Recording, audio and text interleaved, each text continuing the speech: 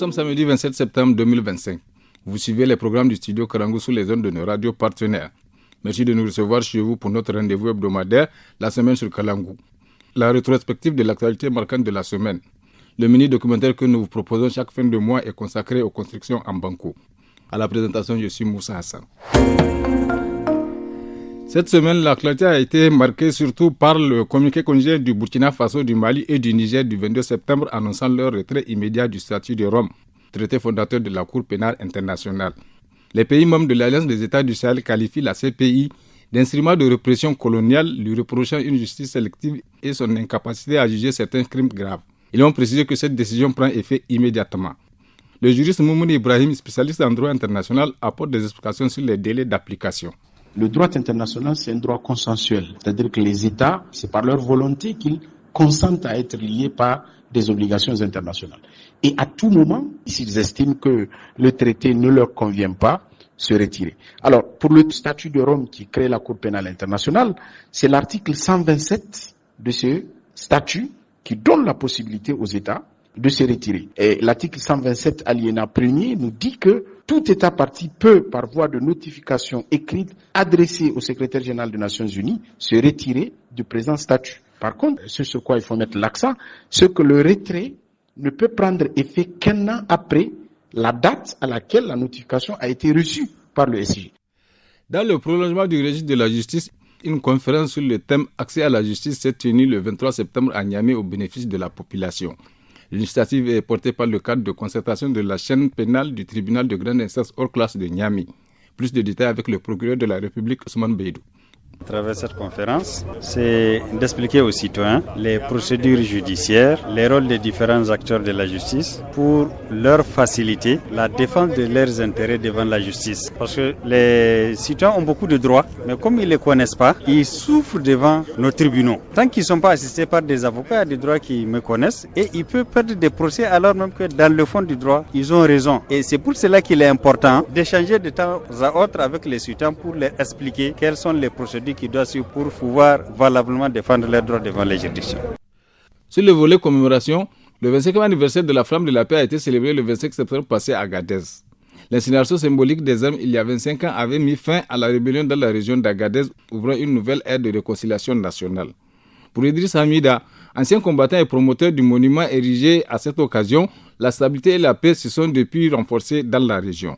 Ça fait aujourd'hui 25 ans que ce monument, qu'il y a eu l'incinération des armes, plus de 1432 armes qui ont endeuillé le pays en général. Depuis lors, je dis qu'ici à Gadez, alhamdulillah, nous pouvons dire que proprement dit la paix est revenue. C'est qu'il n'y a pas de rébellion. Par rapport à l'insécurité, les bandits résiduels, ça c'est fréquent partout. Il y a eu amélioration de la paix. La paix, il y a eu un changement. Parce qu'aujourd'hui, nous qui avant avons pris les armes pour une cause bien définie, nous avons déposé les armes. Nous les avons brûlés. Ce que nous souhaitons, nous l'avons eu. Vraiment, je souhaite que la paix revienne définitivement au Niger.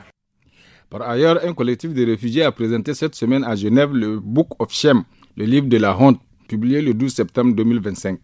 Cet ouvrage de 134 pages rassemble une centaine de témoignages dénonçant des manquements du HCR en Libye, en Tunisie et au Niger, détentions arbitraires, expulsions vers le désert et autres violences.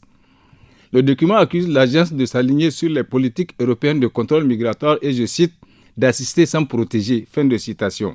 Tandis que le HCR dit reconnaître les frustrations des réfugiés et affirme poursuivre des efforts de protection et de réinstallation. Dans le même registre, les autorités algériennes ont refoulé plus de 500 migrants, dont une cinquantaine de femmes déposées au point zéro à une quinzaine de kilomètres d'Assamaka dans la région d'Agadez. Parmi eux figurent 249 Nigériens, les autres étant d'origine de 13 autres pays africains. Les autorités nigériennes et des ONG locales ont procédé à leur enregistrement sur place. Ils sont ensuite transférés vers Agadez pour une prise en charge en attendant leur rapatriement.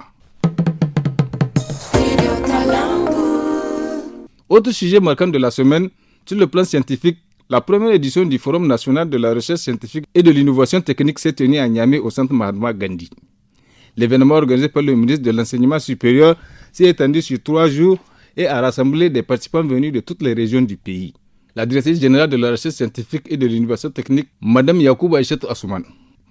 nous avons organisé ce forum dans l'objectif de contribuer à un développement socio-économique durable au Niger à travers un meilleur recours à la recherche scientifique et aux avancées technologiques. Donc ce forum est un cadre que nous offrons pour mettre en contact les chercheurs, les inventeurs innovateurs, le secteur privé-public et les utilisateurs potentiels des résultats des technologies et des innovations. En plus de ça, nous avons invité des pays amis, les pays de l'AES, le Mali et le Burkina, et le pays ami de l'AES qui est le Togo. S'agissant du secteur professionnel, le syndicat national des garagistes du Niger a tenu le 24 septembre à Niamey sa deuxième assemblée générale. Les travaux se sont déroulés sous le thème « Le garage automobile de demain au Niger, relever les défis technologiques et économiques ». Un choix motivé par l'évolution rapide des technologies dans le secteur automobile et la nécessité pour les garagistes de s'adapter aux nouvelles exigences du marché, explique Moussa Wonkoy, secrétaire général du syndicat. L'objectif du GIE en première position, c'est le renouvellement du bureau et on veut vraiment que ce soit une élection libre et transparente. Il faut aimer le syndicat parce que le syndicat, c'est un travail volontaire, c'est un travail qui n'a pas de rémunération. Quel message voulez-vous transmettre avec le thème relever les défis technologiques et économiques ?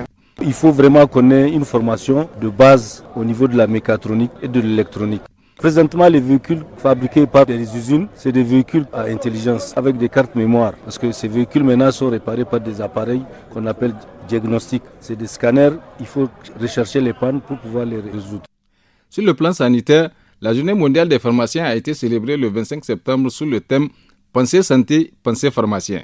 Cette commémoration souligne leur rôle dans l'amélioration de la santé publique et sensibilise sur leur importance dans l'accès équitable aux médicaments.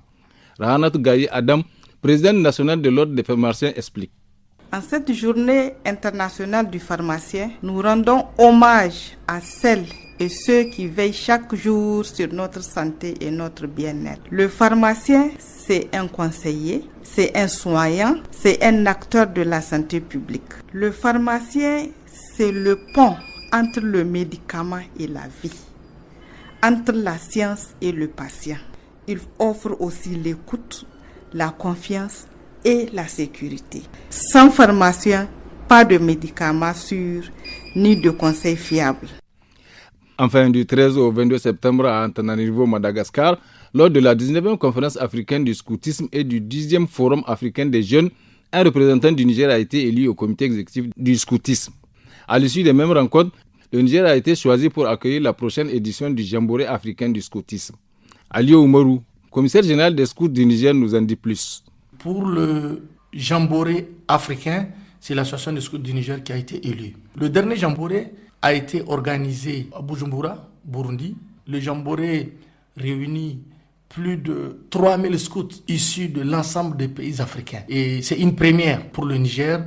Cet événement va permettre d'imposer l'image du Niger au plan international, sur le plan du scoutisme. Cet événement nécessite beaucoup d'infrastructures. Et donc nous allons travailler avec le gouvernement pour qu'un site soit identifié et que l'aménagement du site puisse commencer dès 2025 afin que nous soyons prêts en 2029.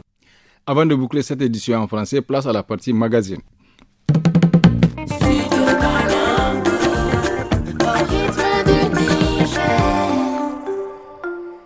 Comme annoncé, notre mini-magazine en français est consacré aux constructions en banco, une technique traditionnelle utilisant la terre crue et valorisant les savoir-faire locaux. Une production signée Adam Adawaki. Depuis des siècles, la terre crue façonne les paysages du Niger. Appelé localement banco, ce mélange simple de terre et d'eau incarne à la fois modernité et tradition. Il a servi à bâtir des habitations, à faire vivre des cultures et à construire des rêves. Dans la région de Tawa, le village de Yama abrite une mosquée emblématique, érigée en banco. Cet édifice, au cœur de la vie communautaire, est le témoin vivant du savoir-faire ancestral des bâtisseurs nigériens. Il y a 35 ans, la mosquée de Yama a fait l'objet d'une réhabilitation, non pas parce qu'elle menaçait de s'effondrer, mais pour lui redonner tout son éclat d'origine, dans le respect de son architecture traditionnelle. Parmi les paysans ayant participé à sa construction, figure El-Haji Abou Moussa, ancien maçon qui se souvient encore avec fierté de cet ouvrage collectif qui a remporté le prix Aga Khan de l'architecture marocaine en 1986. Le studio Kalangu À travers un documentaire réalisé par Adam Adawaki, vous invite à découvrir cet édifice religieux de grande renommée, véritable symbole du patrimoine culturel et spirituel du Niger. Les bancos, matière malléable, se travaillent avec aisance. À la différence du ciment, ils gardent une souplesse qui facilite les ajustements au fil du temps. Saadou, maître maçon spécialiste construction sans bois. Ce que j'ai compris avec le banco, c'est une matière qui est vraiment douce. Elle est élastique, c'est pas comme le ciment. Aujourd'hui, le banco pouvait casser et reprendre l'architecture comme vous voulez, alors que le ciment ne pouvait pas le faire. Si vous laissez un gassage d'un sac de ciment et vous partez demain, vous l'avez perdu. Mais le banco, aujourd'hui, vous faites le gassage, faites vos brouillettes, vous pouvez mettre de l'eau, jusqu'à une semaine, vous pouvez travailler avec. Pourtant, malgré ses qualités, la construction en banco est aujourd'hui marginalisée, surtout en milieu urbain. Omar Bambelo, architecte spécialiste en construction traditionnelle. C'est un matériau qui n'est pas encore considéré en griffe, j'allais dire, par les autorités même qui gèrent l'urbanisme au Niger. Il y a peut-être plusieurs raisons. Question de prestige déjà. Les gens pensent que quand on construit en banco, comme on dit chez nous, ça veut dire que tu n'as pas les moyens de. C'est pour ça que tu construis en terre. Je pense que c'est un élément qui vraiment freine un peu la consommation de ce matériau dans la construction dans le milieu urbain.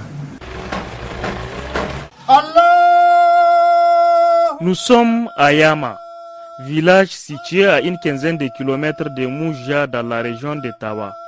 C'est ici qu'a été érigée, il y a près de 60 ans, une mosquée construite entièrement en banco.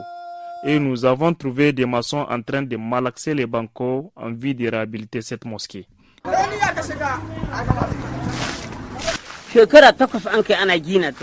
La construction de cette mosquée a pris 8 ans.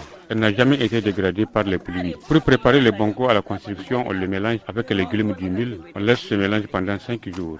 Ensuite, on fait appel à des gaillards pour bien le malaxer avec leurs pieds. C'est pour cela même que la construction ne se fissure pas. C'est Al-Hajj Falke Barmou qui a construit la mosquée. Nous étions petits en ce temps. Nous l'avons aidé tout en prêtant attention à ce qu'il fait. C'est un homme très patient et finalement nous avons appris avec lui. Falke a hérité ce métier. Moi-même, je l'ai hérité de mon grand-père. Les gens aiment toujours les maisons en banco parce que et nous et nos parents, nous sommes tous nés dedans. Malgré les avis divergents sur la construction en banco, dans chaque poignée de banco, il y a l'empreinte d'un savoir-faire transmis de génération en génération. Jour après jour, saison après saison, la construction de la mosquée de Yama s'est poursuivie sans interruption. Elle est devenue le symbole de l'engagement profond de toute une communauté. Al-Haji Abou Moussa se souvient encore de l'intérêt que la population a manifesté tout au long de la construction de cette mosquée. Du début jusqu'à la fin de la construction de la mosquée, nous n'avons jamais manqué de matériaux. Ce sont les habitants du village qui les donnaient gratuitement. Tous ceux qui avaient participé aux travaux ne les faisaient pas pour être payés. C'est seulement à ceux qui malaxent le mélange qu'on donnait quelques frais, 500 par exemple. Sinon, nous-mêmes, on a travaillé gratuitement. Témoignage vivant de l'histoire locale, cette mosquée est aussi devenue un lieu d'intérêt pour les visiteurs étrangers. Zoubayrou Ali, guide touristique, se rappelle des moments où les touristes visitaient cette mosquée. Les années passées, nous recevions régulièrement des visiteurs parmi lesquels des Chinois, des Français et bien d'autres nationalités. Mais aujourd'hui, plus personne ne vient. Ce qui frappait et fascinait les visiteurs, les incitait à découvrir cet édifice, c'était le fait qu'il a été conçu et construit par un homme qui n'a jamais été à l'école et n'a reçu aucune formation en architecture. Sans plan préétabli, il s'est fié uniquement à son inspiration. Aujourd'hui encore, la mosquée de Yama demeure un repère, un symbole architectural et religieux. Abdou Moussa, chef de village de Yama. Cette mosquée de Yama, nous l'avons construite pour la gloire de Dieu. Elle est devenue une véritable référence ainsi qu'une fierté pour le Niger. Des visiteurs venus d'Europe se sont déplacés pour l'admirer. Grâce à elle, notre village est désormais connu bien au-delà de nos frontières, jusque dans des terres lointaines. Aujourd'hui, nous avons besoin que cette mosquée soit électrifiée. Dans un monde en quête de durabilité, l'architecture traditionnelle n'est pas une relique du passé. Elle est une alternative précieuse face aux défis contemporains. Mais pour que les bancos puissent trouver sa place dans les politiques d'aménagement, encore faut-il qu'ils soient reconnus et encadrés. Omar Bambelo, architecte spécialiste en construction traditionnelle. Administrativement, il n'y a pas encore de normes. Si moi, un citoyen lambda, je dis je vais à la banque pour avoir un prêt pour construire un banco, la banque va me dire on ne vient pas avec vous. Parce que tout simplement, c'est un ouvrage en griffe qui n'est pas aux normes et qu'on ne reconnaît pas encore. Ça, c'est une difficulté. Il faudrait que l'administration et tous les acteurs intéressés par la construction en terre se mettent de façon à ce que rapidement on arrive à normaliser la construction en terre et qu'on l'accepte. Un vide juridique reste donc à être comblé. Même si aujourd'hui les bancos n'est pas un souvenir figé dans le passé, pour ces étudiants en architecture, les avis divergent. Monkela Abdelaziz et Sofiano. C'est bien de dormir dans une maison en dur que de dormir dans une maison en banco. Parce que tu es dans une maison en banco, tous les jours tu es dans des soucis, tu es obligé d'arranger quelque part. Parce que quand la pluie vient, elle est forte. Souvent il pleut par exemple 2-3 jours d'affilée. Et là si tu es dans une maison en banco, c'est vraiment dur. Les maisons en banco, c'est des maisons qui partent avec le temps.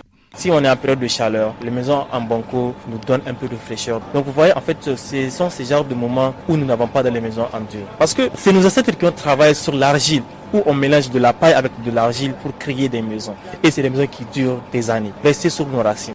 Les bancos est plus qu'un matériau, c'est un art, un savoir-faire, un héritage. Et cette reconnaissance, la mosquée de Yama l'a eu en 1986, quand elle a reçu le prestigieux prix Aga Khan d'architecture marocaine. Le banco est vivant, adoptable et profondément enraciné dans les réalités du Niger, notamment en zone rurale.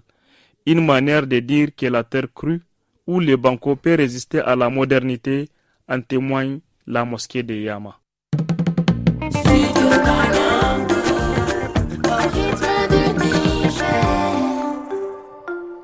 Ainsi s'achève la semaine sur Kalangu en français. Restez pour la suite en langue nationale. Excellent week-end à toutes et à tous. Studio Kalangu. Suivez les programmes du Studio Kalangu à Tanout sur la radio d'Amergou 99 MHz, à Difa sur la radio Amfani 100 MHz, à Menosoroa sur la radio Mangari 95.1 MHz, à Agadez sur la radio Sahara 97 MHz, à Arlit sur la radio Kausen 94 MHz. Studio Kalangu.